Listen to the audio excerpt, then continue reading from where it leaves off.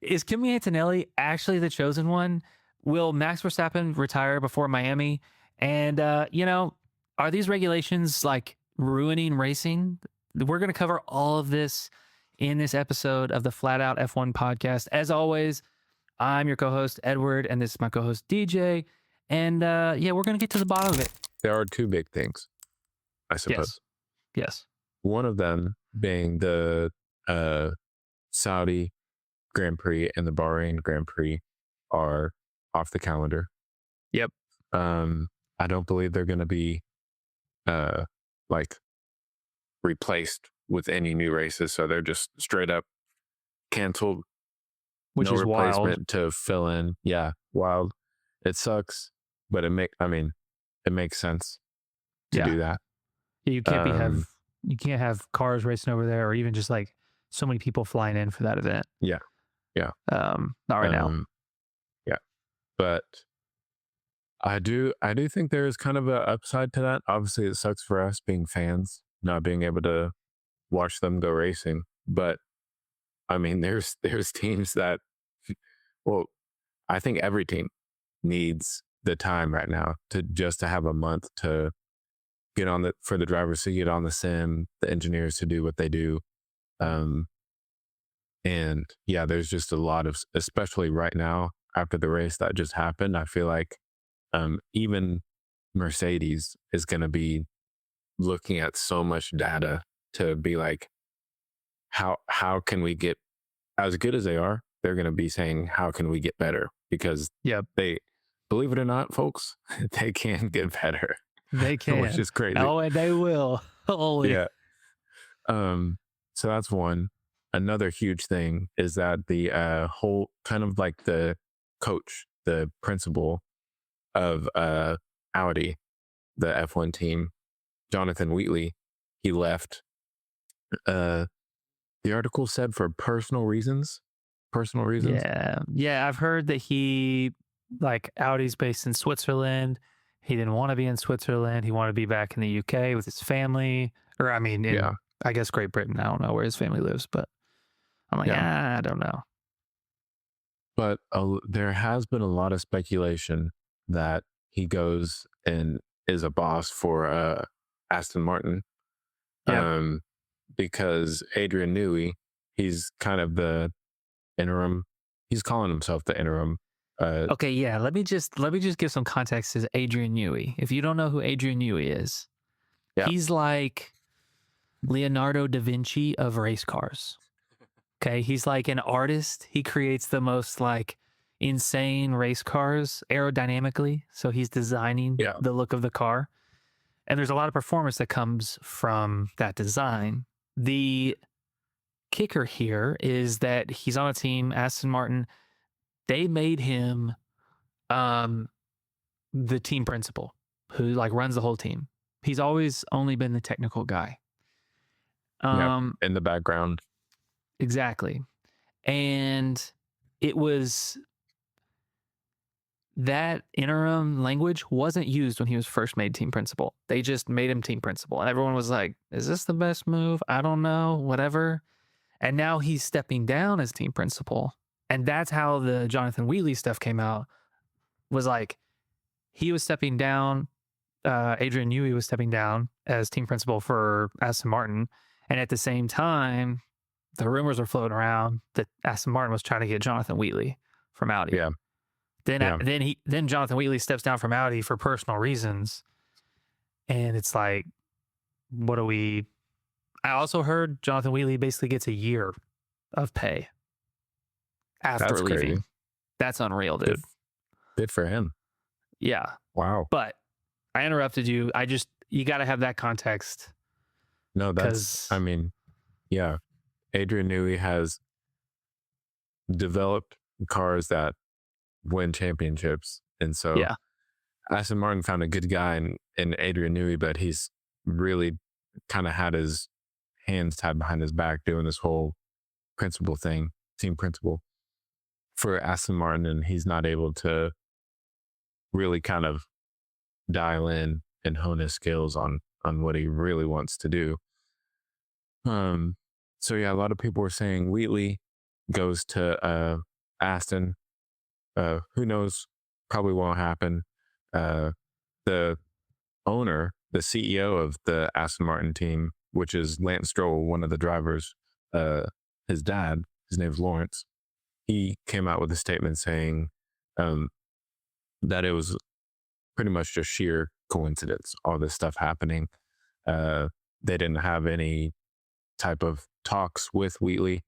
But yeah, we'll see what happens. I've seen some people, which I don't think will also happen, but I've seen some people talking about Christian Horner going to Aston Martin. For those of you who don't know, Christian Horner is ex-team principal of Red Bull. Probably the most successful team principal for the Red Bull team. And for sure.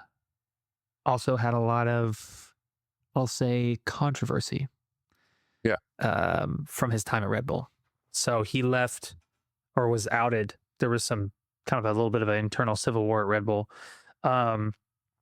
He was ousted along with a couple of other somewhat core team members at Red Bull. He's trying to find his way back in. There's been talk of him going to Alpine. There's been talk of him going to Aston Martin.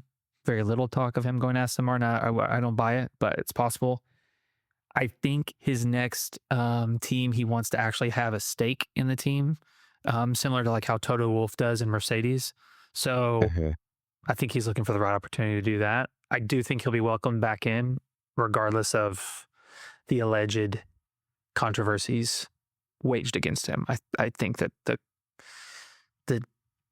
bigger F1 industrial complex, I mean, they let Flavio, is it Briatore or whatever? Briatore, something like that. Yeah. Yeah. They let him back in. And if you don't know, he was very controversial. He straight up cheated, like confirmed, got kicked out for cheating. And 10 years later, he's back team principal. So I mean, cheating like in the race. So, I don't know. We'll see. It's possible, but needless to say, between Japan and China, there was a lot of news going on. A lot of news. And then kind of a smaller thing. There's been so much talk of, energy harvesting, batteries, hybrid engine, 50-50 split between the internal combustion and the batteries. Well, all the teams came together before everything at Japan started. And they came with the FIA, which is kind of like the Formula One governing body. And they were able to talk them down basically one tick of energy harvesting. So there's an article that said that all the teams, they came to agreement with the FIA to tweak some of the energy harvesting stuff.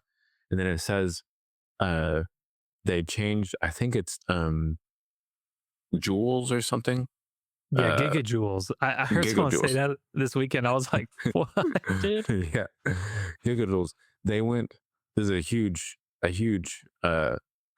discrepancy here from 9 to 8. So it was sarcasm. It's very little. I'm like, I don't even know what a gigajoule is. Yeah. Either of us have no clue what is really happening. But this right here is words that we know. They basically said in qualifying there will be less lifting and coasting for the drivers in order to harvest energy. And I think all of this this tweak is only for qualifying. I don't think this is going to affect the race at all. We'll see how we go throughout the season, but a lot of the stuff has been kind of circling around harvesting or around qualifying with this whole energy stuff. Because as we can see, the racing is good. But the racing's exciting. Quality is weird. But quality is weird, and the reason why quality is weird is because all years previous to this, the goal has been get around the track as quickly as possible. Yeah. Now, because of these new regulations, you basically have because 50% of the power comes from the battery, it's actually beneficial to maximize the amount of charge that you put through the battery so that then you can get more boost in the right parts of the track.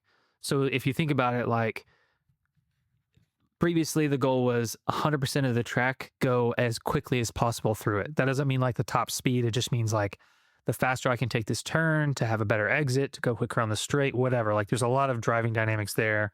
I'm not going to get into that. But this year, now it actually makes sense to like go slower in some corners than you actually need to, so that then you can like maximize your battery charge so you have more speed on the straight, whatever. And so you have people like Charles Leclerc, who is objectively probably one of the best, if not the best qualifier on the grid right now. Like across one lap, he's the fastest in any team, I think, who is like being limited by these regulations because he knows how to go fastest around the track, and he's having to basically do counter to what that is. Yeah. Or he's just running out of power. And it's like, exactly. It's creating kind of a really weird dynamic. So now qualifying isn't the fastest one around the track anymore. It's like who's maximizing their battery best, which I don't think is fun for anyone to watch. But kind of backwards now. Yeah. So I don't know. I think it is cool that they came to that agreement. I'm interested to see. Well, once we get into the race, there was a lot of talk of the regulations after the race, so I want to get into that. But I think, let's talk about qualifying because we're kind of already there. Like, first things first, I think the most exciting thing was Lindblad knocking out Max in Q2. Yeah. That's huge. Yeah, that was great. That was great to see, honestly. Yeah. It's weird because I'm at a weird kind of juxtaposition of really liking Max because he's just he's a cool dude. He goes on his week off and does Nürburgring and wins, but then gets disqualified and he doesn't really care anyway. He does stuff like this, but then he will go to his real job doing Formula One, and he just kind of, he's not got the fastest car anymore, which I guess is kind of a breath of fresh air.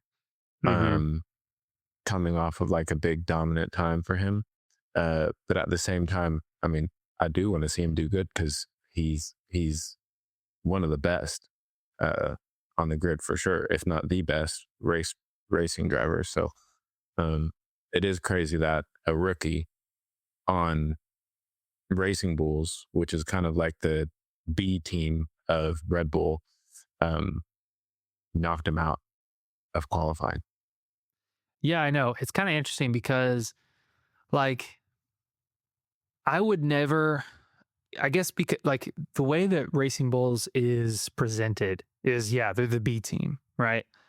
Yeah. To me, it makes, like, so, like, my brain can't fathom how Racing Bulls could be faster than Red Bull. Like, it just doesn't make any sense. Yeah. Because also, I would imagine, like, one, they're running the same power unit, but two, there's no way that Racing Bulls is like, we need our own technical guy. Like, they should just use, like, Red Bull should just come up with the car and then Racing Bulls just does it. Like, right? Like, there's no, I mean, maybe there are some rules against them literally being able to share components. I'm not sure. But I think that's the only reason why I could see them not being able to straight up just copy and paste the design.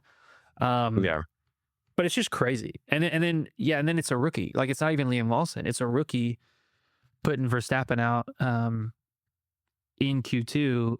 Like, there were a lot of people commentating, and I think it's kind of crazy, but it's true. Like, he is beyond frustrated right now. Those are his words. I believe in his contract last year, his contract was like, if he fell below P2 in the constructors, then he would have the opportunity to leave Red Bull, or P2 in the drivers, excuse me. I think this year it's below P3 by a certain point. I think like by the summer break. which there's like no way he's P3 in the drivers or constructors by the summer break. So I'm just, I don't know. I like, for someone like him, he could race in any series in the world that he wants. And he seems to be liking these GT3 cars. And I'm just like, he's said it enough that he doesn't see himself as like a lifer. Like, you know, you have Fernando Alonso, you have Lewis Hamilton, you have some guys like that are like in their 40s and they're still racing F1. That's wild. Yeah. But they also have a handful of championships, Hamilton having 7. So you expect someone like that to stay in it for as long as possible. Also, Hamilton isn't married. He doesn't have any kids that we know of. Like, I say that we know of because, I mean, I don't know. You have enough money, I feel like. He's Lewis Hamilton. Yeah. Like, he's... Yeah. But I think that, it'll just be interesting. It'll be really crazy if 1 year of these regulations makes Max Verstappen retire. I would be shocked. Yeah. I don't know. I'm kind of on a fence with him either retiring or staying. I feel like it could literally go either way. The way that he's very, very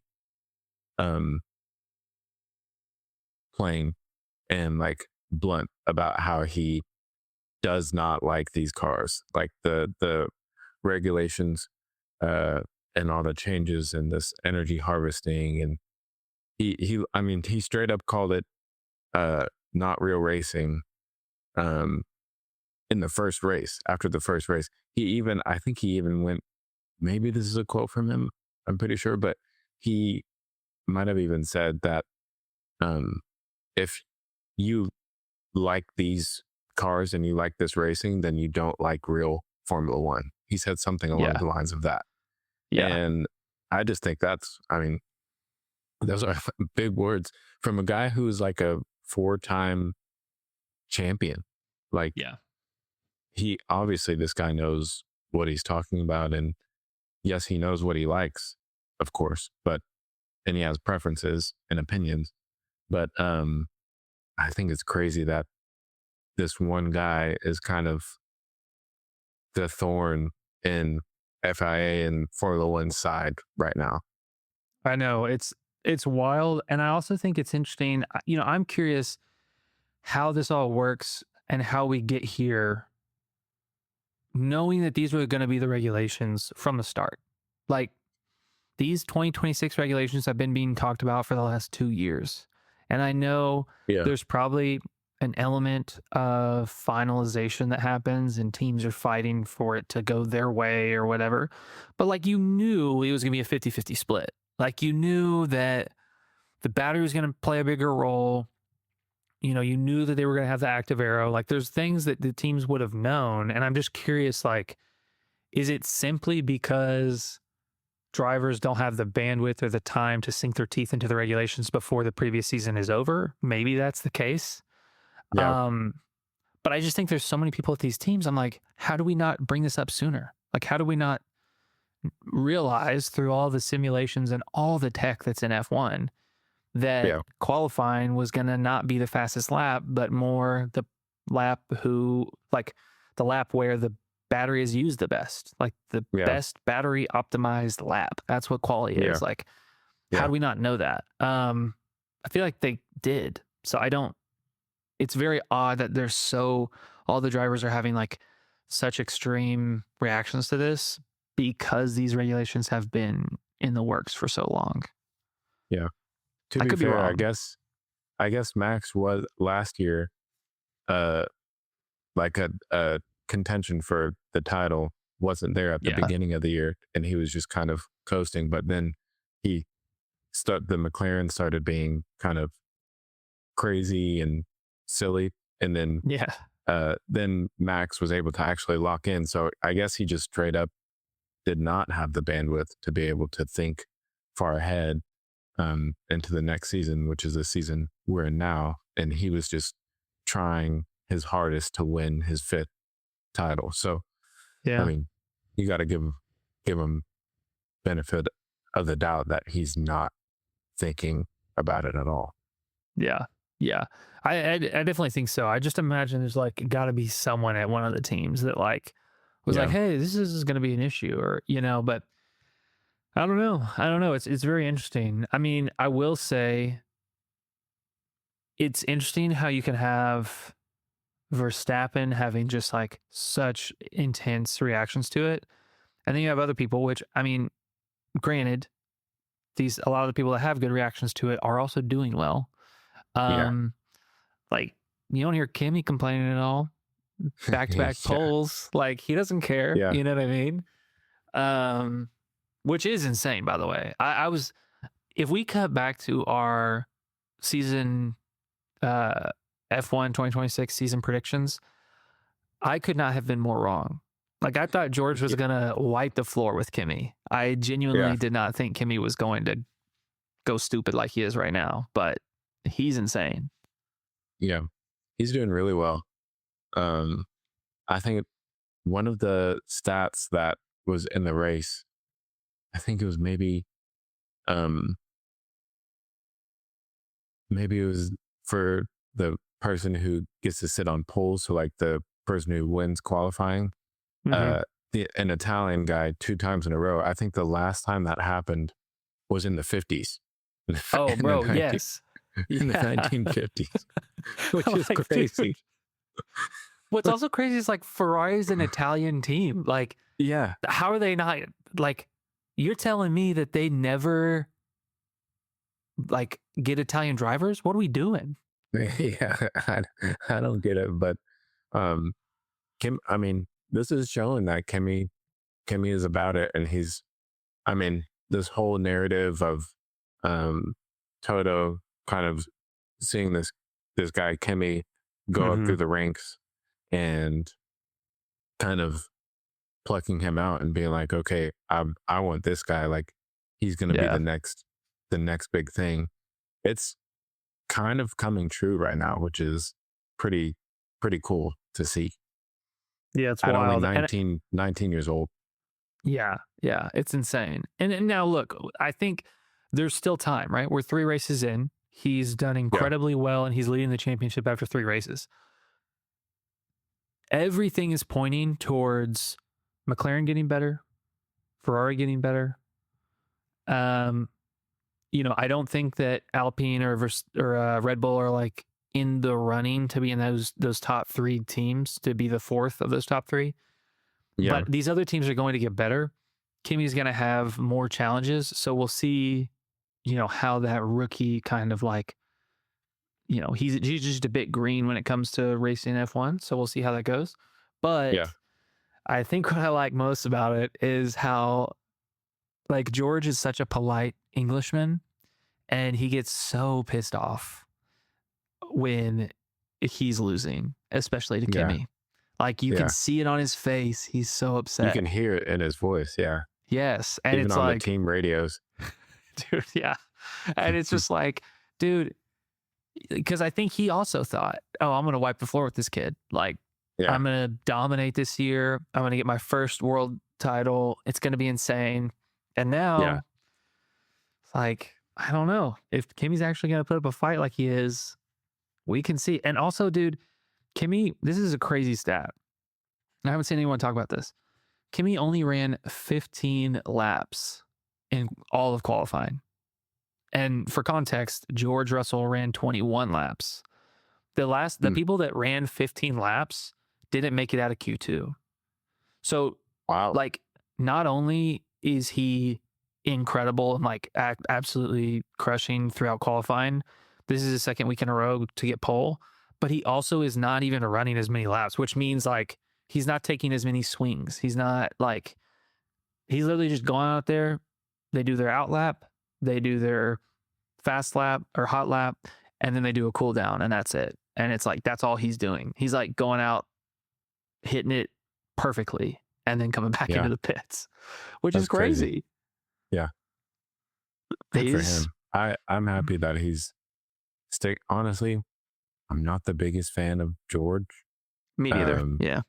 Just from the way he's been, he kind of has, it is kind of cool. He came from Williams, which was like a back marker, getting lapped by the fast cars. Yeah. And now he's at a top team, which good for him. But his, you know, he almost has a bit of like entitlement to him. Yeah. There's a lot of British snobbiness kind of there. Yes. I sent you that one video that there's this guy who does impressions on F1 drivers, and he did it so perfectly with Kimi and Russell. Yeah, just super happy to get the result. I got lucky with the safety car. I think it was Napoleon who said it's better to be lucky than good.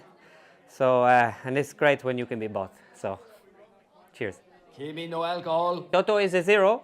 George, your thoughts on that? Yeah, look, I mean, it wasn't the result I was hoping for today. I just think ultimately I've been very nice to Kimi up until now. Practically like his big brother, and he wants to wear my clothes, I let him wear my clothes. He wants to sleep in the top bunk, I let him sleep in the top bunk. He wants me to teach him how to shave. I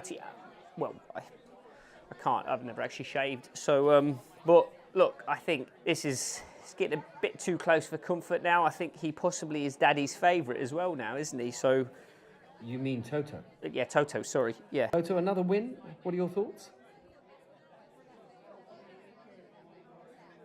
It was just funny, and I think that narrative in Mercedes is going to be one of the most interesting things to watch throughout the season for sure, between Russell and Kimi. Yeah. It's really interesting. I will say, Piastri, was it P3?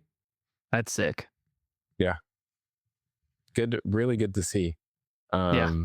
I got my little, Hey, let's go. McLaren merch. Had to show off for McLaren actually starting. Literally, what he said at the end of the race was like, "When we start races, we're actually kind of good." So Yeah, which is nuts. Yeah. So yeah, it's really good to see both McLarens finish a race. Obviously Lando wasn't in the top 3, but he still, he had a quiet race, but he finished like 5th, 6th. So, 5th, yeah, ahead of Hamilton. Yeah. So, he beats a Ferrari. That's a good weekend for McLaren for sure. Even if they didn't get on the podium, I think McLaren would just kind of have to take what they can get, really, in this crazy start to the season. But they did better than I was expecting them to do. Yeah, it's interesting. We weren't sure how good they were because they hadn't logged many hours. I think Norris's only race, he was P6, maybe P5, P6. So it's like we didn't Maybe know. P6. Yeah, we didn't know what they had. I also think like there's been a lot of talk, or like a lot of people are saying that Verstappen and Lando feel very similarly about the rules.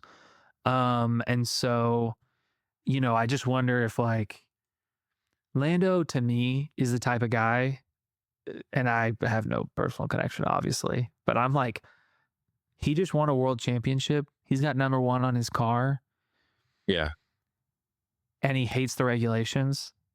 He's the type of guy to me that would just be like, all right, this is a victory tour. I'm just going to go around, drive this number 1 car all over the world and make it through these regulations, and hopefully they improve. You know what I mean? Like, not saying that he's not trying, but like, he's not a Lewis Hamilton. He's not going to be like, oh, I got to run it back. You know what I mean? Yeah. And even if he is, it's like their reliability issues are very present. So like, I don't think it's in the cards for McLaren this year. I could be totally wrong. But it is pretty sick to see a full 6-car fight in the front. That made the racing pretty awesome. Yeah, those first like 15, 20 laps where they were all still pretty tight.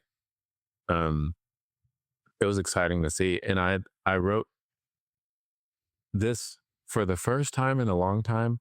Obviously Piastri qualified really well, stayed in there, was like running in the front for a little bit in the beginning of the race. But I was also, this is the first time in a while that I was thinking, like, let's go Lando. Like, Yeah. I don't know why, but the whole narrative between him and Piastri, I started kind of having this distaste toward Lando last year. And I don't know, this race I was like, let's go McLaren. Like, let's stick it up to, you know, Mercedes and Ferrari and just have a good race. I was cheering both of them on. Yeah, it was really cool to see everything that had conspired before that safety car. You want to talk about the safety car, what happened? Yeah, the safety car was crazy. So first things first, safety car comes out. If there's a big accident, they can't, like, they got to get the car that wrecked or the multiple cars that wrecked off the track.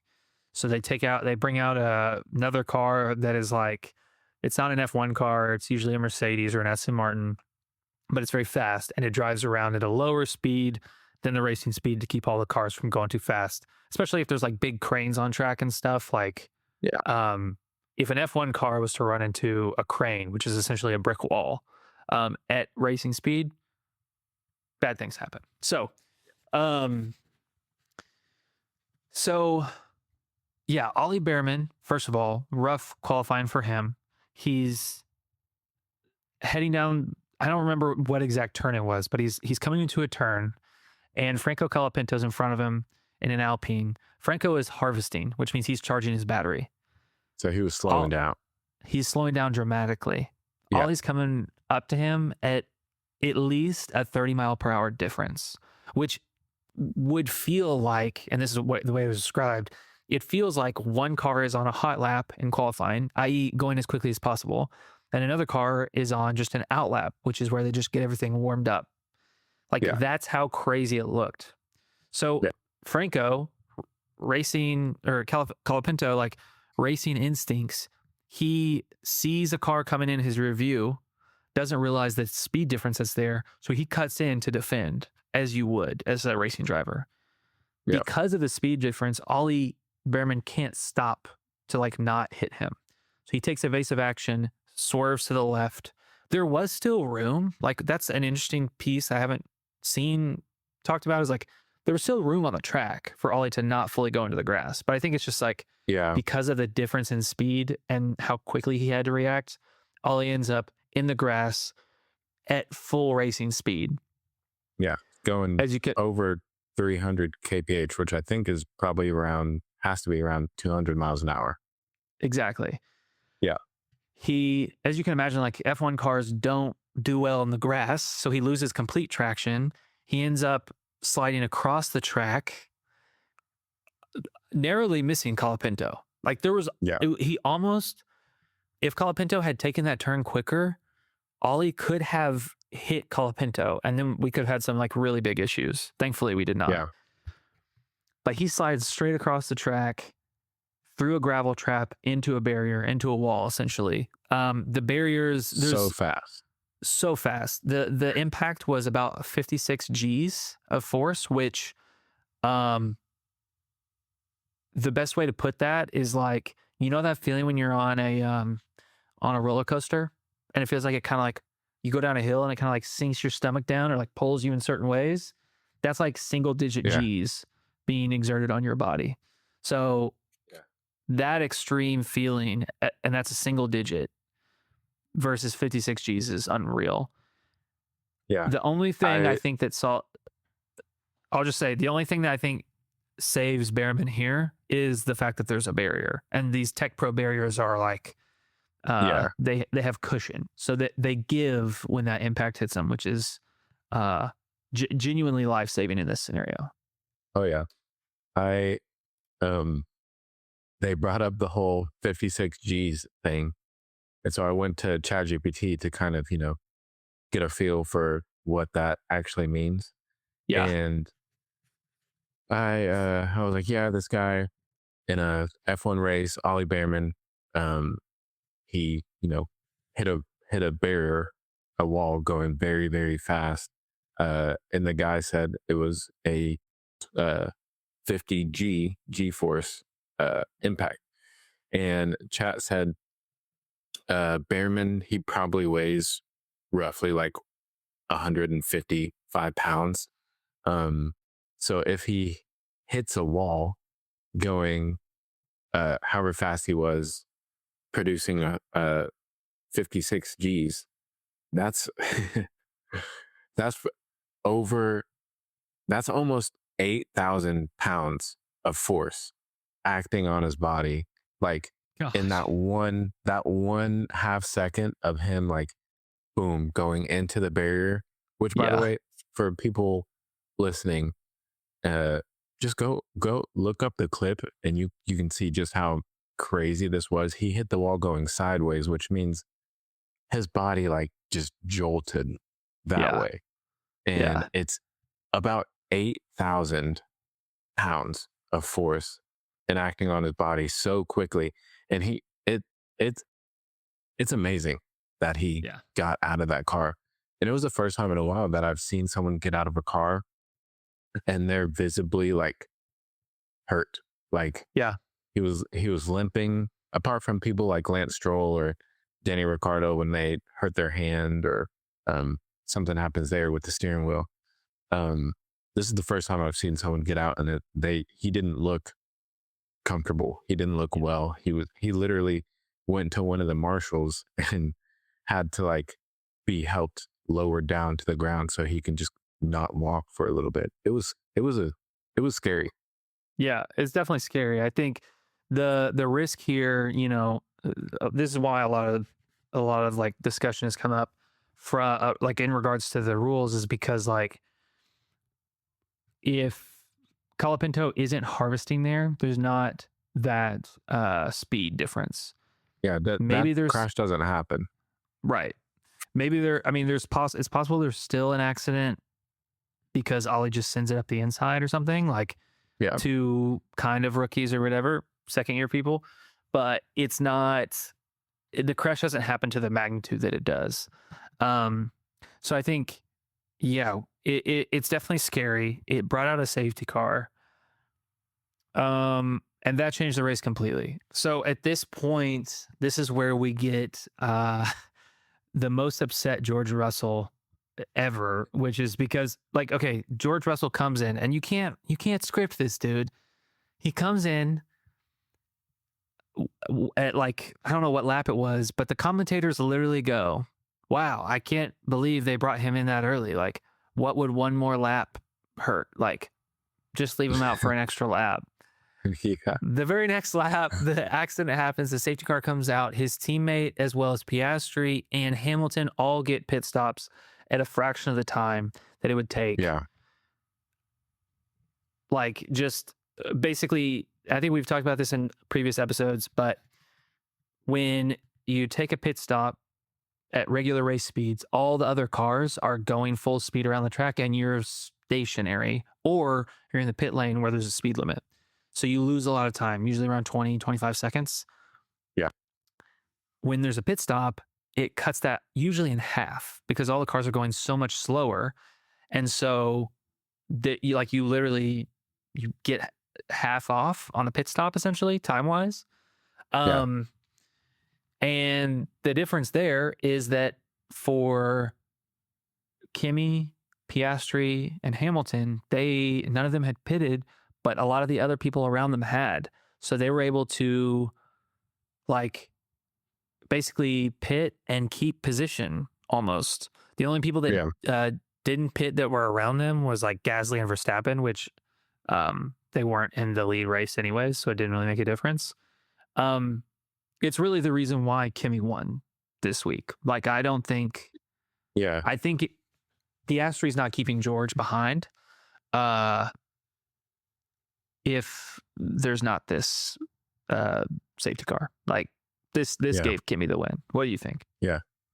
I think, well, even Piastri in the kind of his post-race interview, he said he fully believes that Kimi still would have, even if they were still racing the way they were before the crash with Ollie. While Piastri was leading, he said Kimi probably would have passed him anyway. Yeah. And, the race ended Kimi first and Piastri second. So, yeah, I don't know. It's hard to say. I do think the Mercedes is just that much faster that he probably would have passed them. But it would have been a very, very different race, especially even with, you talk about the safety car. For whenever the safety car is kind of over, like the period of time that it takes for everyone to clear the track and get all the, debris and stuff from the crash off, they do basically a rolling restart behind the safety car. And Kimi, being in first place, he was able to kind of control that. And he did kudos to Kimi on his third time, maybe his third time. I don't know if there was any other time where he was leading a race and he had to do a safety car restart, but he did really well for this one. He did very well. He kind of got everyone off guard. The rules with doing a safety car restart is you can kind of go after they say you can kind of go whenever you want. Yeah. And it looked like Kimi, he really got the better of everybody, but then his teammate George, which is big brother, he again got swamped by Hamilton. And he later got passed by both Ferraris, which was insane. It was weird because I was watching it, and in that moment they were showing one of the turns, and I saw two Ferraris before Mercedes, and I was like, wait. I know. The commentators were caught off guard. They were like, huh? Yeah. It was weird. And I think they were going, I don't have any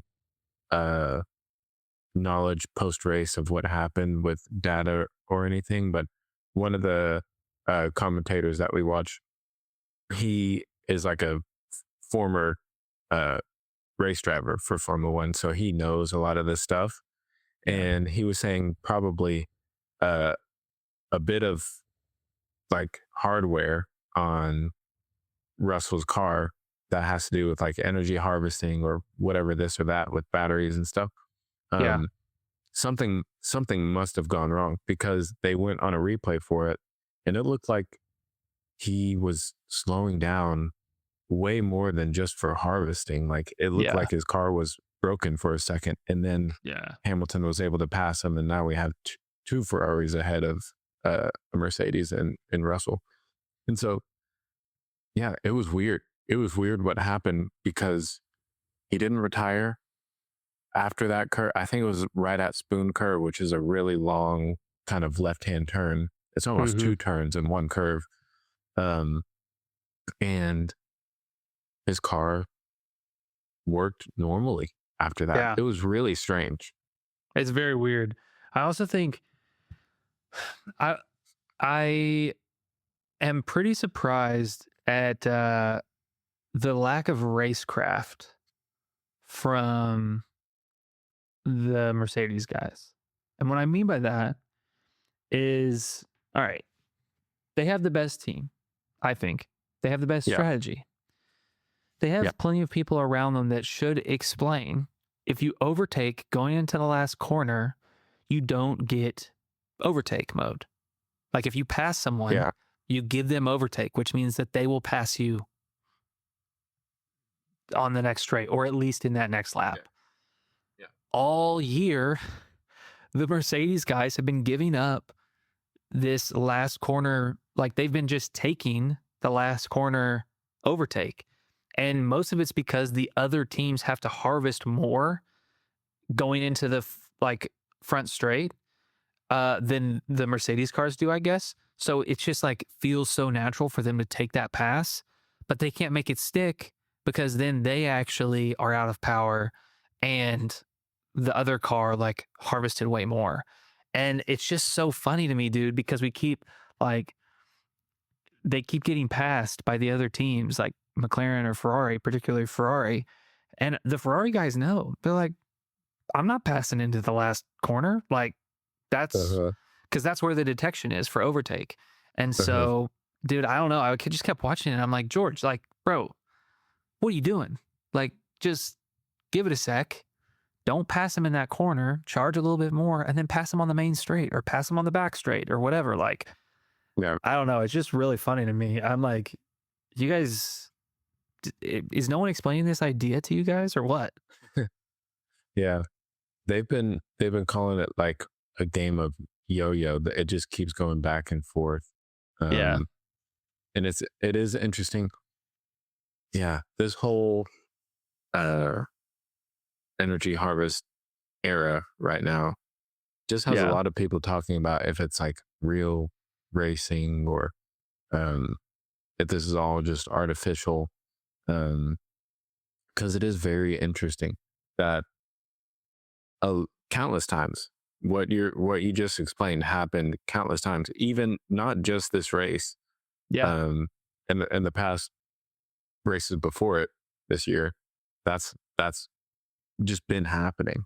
And it's interesting to watch someone who objectively has the better car just keep doing this kind of cat and mouse thing. Mm-hmm. Yeah, I know it. I don't know. I think it's hard because it's like the regulations. It's hard to be an F1 fan right now, I think, because so much of the focus is around the regs. And, ideally it's around the racing. That's what you'd want. But the drivers are making the conversation about the regulations because they're not happy with them. And I think that some of that is warranted, but it's also interesting because it's like the average F1 fan, probably the majority of people watching our podcast, like, don't really care how the cars are built. Is the racing interesting? I think it is. We're with the starts of races, we're getting a little mini reverse grid where like the fastest car can't start well, so they get put in the back of the top 6 at least, and that's fun. And you have people like Hulkenberg dropping to 20th and then finishing 12th, or 11th, excuse me. So like that's kind of happening, which makes for entertaining racing. But I don't know. It's not just Mercedes that's doing that either. Like there are teams all up and down the grid that are making this mistake. They're not playing to the rules the way that they're designed. I don't know. I do think there's going to be a lot of changes coming up in the break.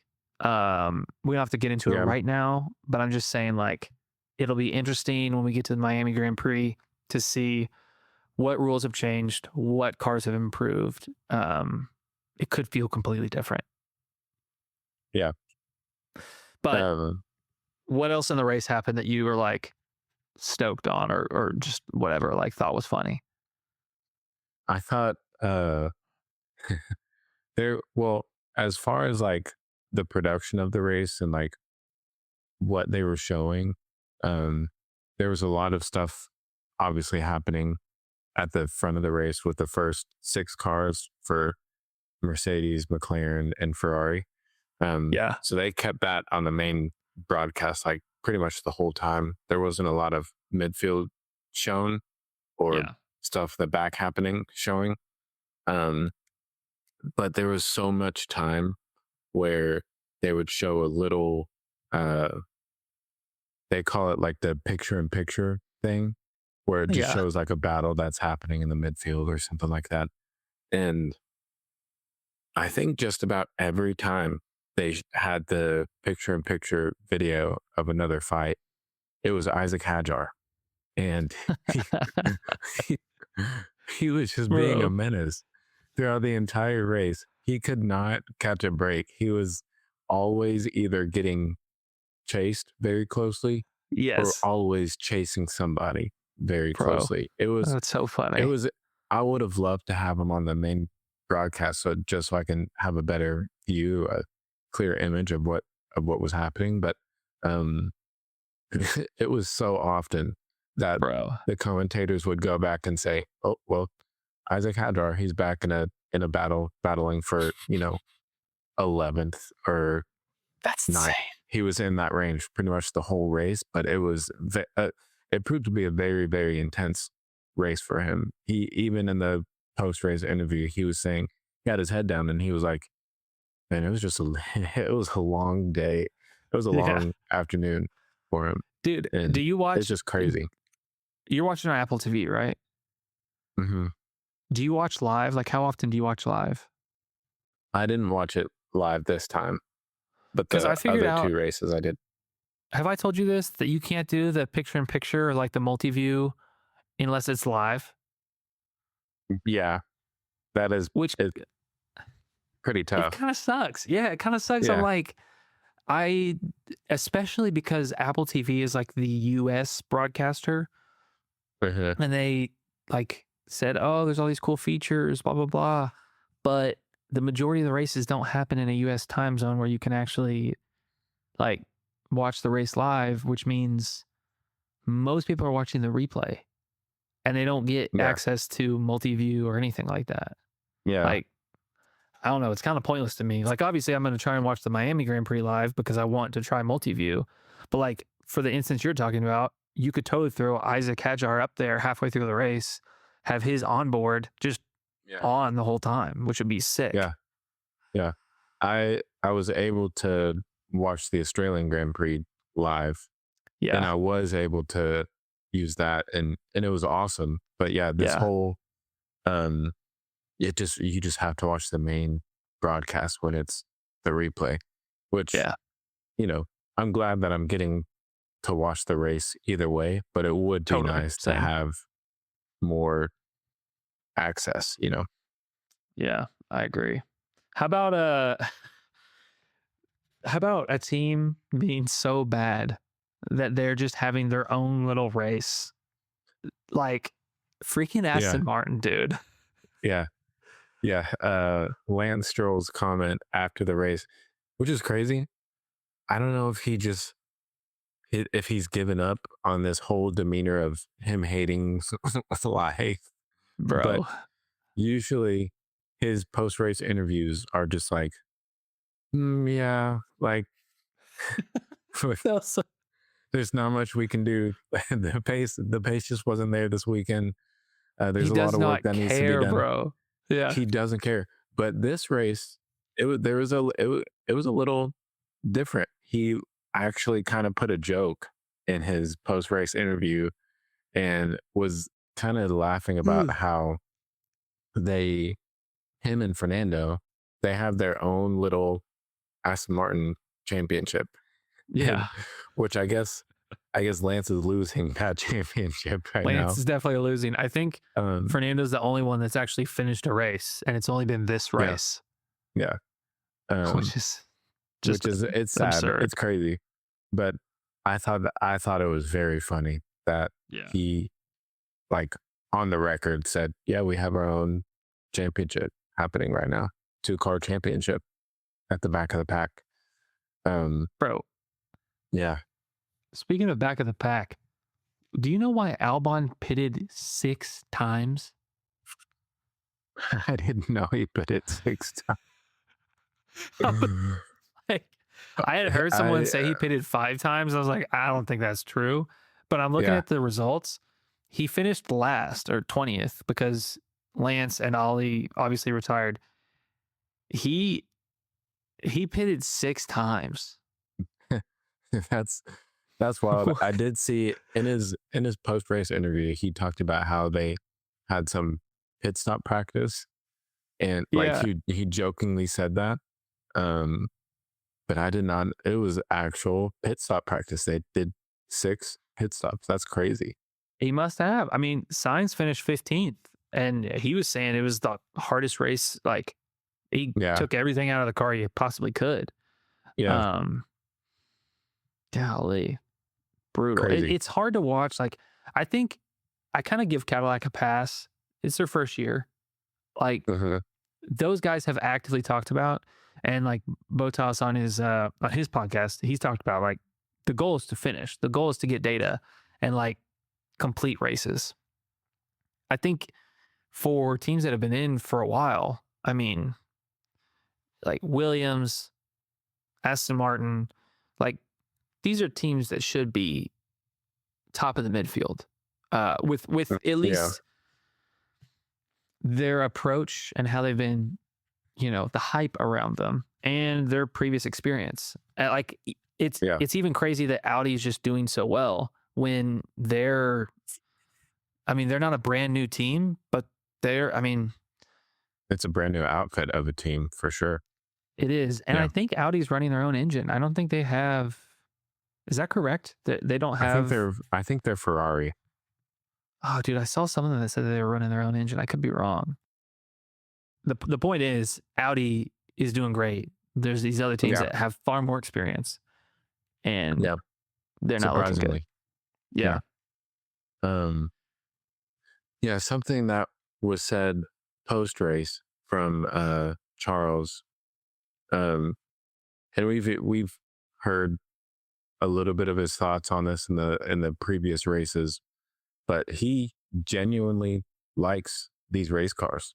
He said basically the race pace and everything that is happening during the race with the slowing down or the boost with the speeding up, and the race starts and the battling, how you can kind of follow closely and stuff like this. And we've got to see in these past, I think all three races, Lewis and Charles have almost hit at one point, every some time point or another. Especially, bro, I was watching this last night with 3 laps to go. Charles made one of the smoothest passes on Lewis I've ever watched like a race car do. It was epic. They were so close. And obviously, like, it's good stuff happening. Charles, gets onto a podium, and it's happy-go-lucky for them right now. And keep that in the light of him saying, yes, this car is good. But at the same time, he did kind of back it with, he agrees that quali needs fixing. Quali needs some work. Which I think everyone who has watched Formula One for some amount of time, they can agree on that. And they can say, we just want to see a car go fast around a racetrack for the fastest lap. And that's kind of it. Yes, it's happening. These cars are going fast, but they're not on the limit. Like what you were talking about at the beginning of this episode. Charles, he can find the limit of a race car on a racetrack and go, to the absolute extent of what he can do. But he can't do that right now with this era of car. Which is weird. It's weird. It's weird. And I think the craziest thing that I come back to is like how different like everyone's interpretations of the rules are. Like how everyone is like, there's just just a huge difference between what drivers like it and what drivers don't. I do think you see the majority of the drivers that like it being the ones that are on teams that are doing well. But I mean, Lando, it's like, they've had some issues, but like McLaren's one of the top 3 teams and Lando doesn't like the regulations. So it's like, I don't really know. Yeah. I don't know how someone decides if they do like it or if they don't. I also think that like driving style probably plays an element into that of like, does your driving style naturally morph to work with this technology or not? But I don't know. Regardless, I do think it is interesting. I'll also say this back on a note about Audi. They are using their own manufactured engine. They're the only team on the grid, with an Audi engine. So like that to me shows that they're like actually way overperforming. I mean, they're doing incredibly well. Yeah. So I think that just hypes them up even more, but also makes Aston Martin and Williams look even worse because Williams has the Mercedes engine, dude. Like, yeah, it's very true. What are we doing? Yeah. I don't know, dude. I don't know. Okay, real quick, lightning round. We have a month-long break. I don't know if we're going to make an episode in that month, but what do we expect for the Miami Grand Prix? What do you expect is going to happen between now and then? Well, every time this is what I expect for every time the Miami Grand Prix comes around is just an absurd amount of America meets F1 with like these people doing, collabs with NFL teams and Yes, going and doing all this random American junk with these F1 drivers and all the content they put out. I definitely expect that. It's a newer circuit. It's a newer race that's been coming around in the Formula One calendar. And so it does have a lot of hype. I think it's kind of polarizing for the drivers. Some people like it, some don't like it as much.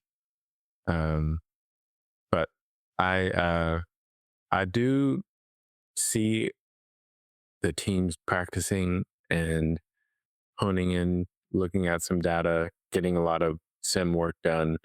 Because I do believe that they can bring a upgrade package to this Miami Grand Prix. So there's going to be a lot of heads going down and like drilling into what they can do to take their car to the next level. So we'll see what kind of upgrades come. We'll see if what I was talking about earlier in the episode with the FIA and all the team principals coming together and making this whole energy harvesting stuff a little less of a dampener on qualifying.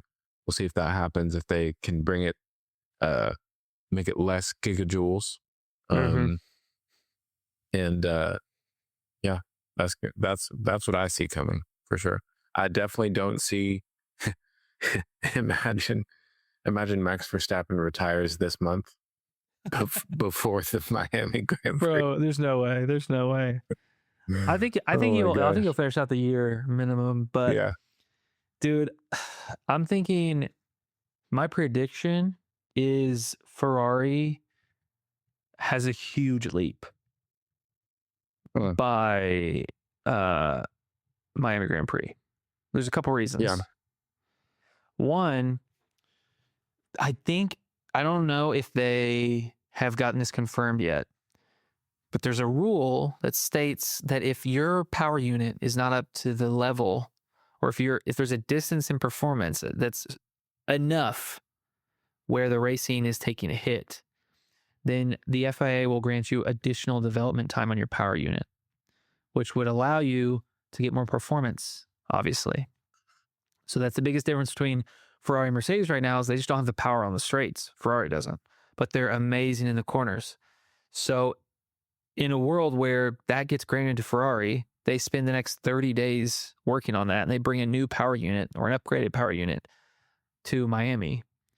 There's a real possibility. And Fred Vasseur, the Ferrari team principal, has said that it will be a different championship when we start back in Miami. So I would love to see a Lewis Hamilton dub in Miami. That'd be crazy. That would be crazy. Obviously, Mercedes will continue to improve, but the difference here is that if Ferrari gets this granted, as well as some of the other teams, Mercedes can't improve their power unit at all. But Ferrari will be able to. So we'll see. I think that'd be sick. I think regardless, all the teams are going to really benefit from having this break, because, I mean, like, Williams wasn't even ready to start the year. Aston Martin hasn't been able to finish any of the first three races, except like they've had one car finish out of the first three races because the power unit vibrates so much they like can't stay in a car for long enough. to finish a race. So I would expect their power unit to get better, them to improve that. But dude, it's going to be really interesting. It's going to be a sick race. Like you said, I'm not excited for they just overdo it. It's like way too much of a spectacle when they have these US races. I think COTA, the one in Austin, is the only one that seems like relatively normal, and it's still kind of crazy, but like it's a bit more normal than these latest two. But like Miami and Vegas, it is kind of a lot. Yeah. And I'm American. Like you know what I mean? Like this is the country I live in, but this is not it. Yeah. They do so much like PR and so much content every time, especially for Vegas. Which I think Vegas is very novel, and it's pretty cool that, you know, they get to have a back straight on the Vegas Strip. I think that's pretty sweet. Yeah. And the race starts at like midnight, I think. Usually. Which is sick. Yeah. But yeah, they go ham for these American races for sure. Bro, they really do. They really do. Yeah. I mean, we should probably be careful with how we talk, because it's probably an American race that we get flown out to, if we ever get flown out to a race. But what are you gonna do? Maybe they'll make them a bit more chill, or we'll get lucky and get flown out to Monaco. Or true, that's unreal. Or they can, you know, fly us out there and make us eat our words, and we can be like, oh, you know what, this is good. Yeah, actually, you know what? We got a month till the Miami Grand Prix. If you're watching this and you have a connection to the Miami Grand Prix, prove us wrong. We dare you. Prove me wrong. We just need 4 tickets and 2 hotels. That's it. 2 hotel rooms. 2 hotel rooms. Maybe not 2 full separate hotels. Yeah, just 2 rooms. Yeah. Yeah. Well, that's it for me, man. You got anything else?